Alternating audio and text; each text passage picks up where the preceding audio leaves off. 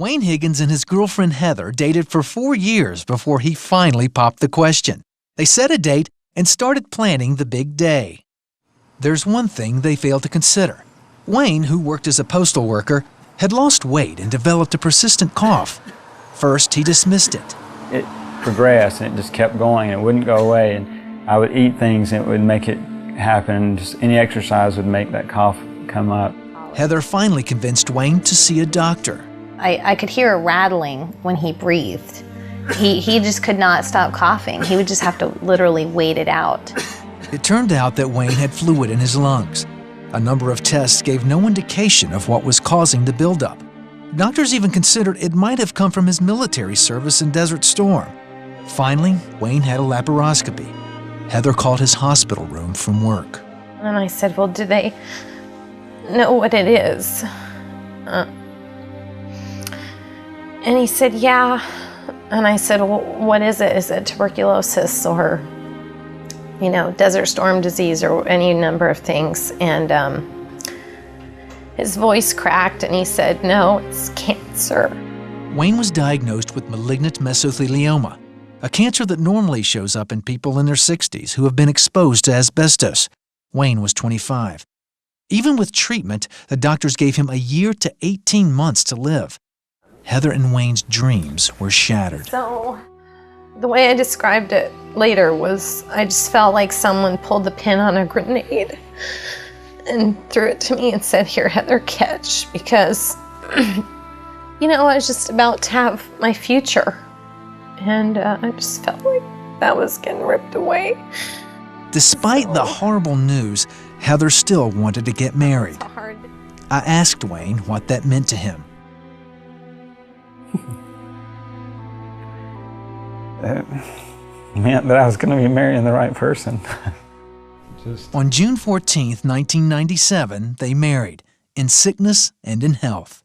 Those vows had a lot of significance, more so for he and I than I think the average couple, but a lot of our family and friends were there. It just was such a joyful experience. Everything we had hoped it would be, it was, because we really needed that. The couple faced another big decision, Wayne's treatment. The doctors recommended radiation, but it wasn't a cure and offered little hope of even extending his life. With much prayer and discussion, they decided against it. The only real hope they had left was prayer. Wayne often poured his heart out to God as he drove to work.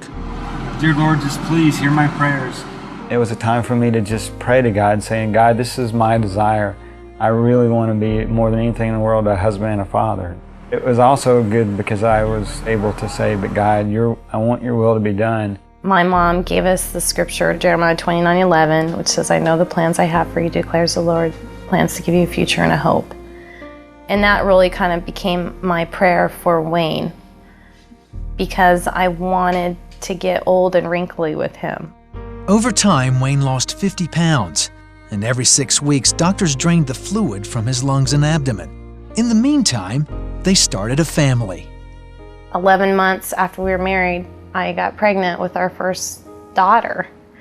And when the kids came along, I just really wanted them to know their dad, because he's a phenomenal father and a wonderful man. Wayne, Heather, and hundreds of family and friends prayed daily for healing. Another year passed, and another. 2 more children came. Wayne put on weight and looked healthier, but every 6 weeks the doctors drained more fluid. Then finally, something changed. I'd go in and there wasn't as much fluid, and then at one point, in about 3 or 4 months period, I went in and there was nothing, no fluid.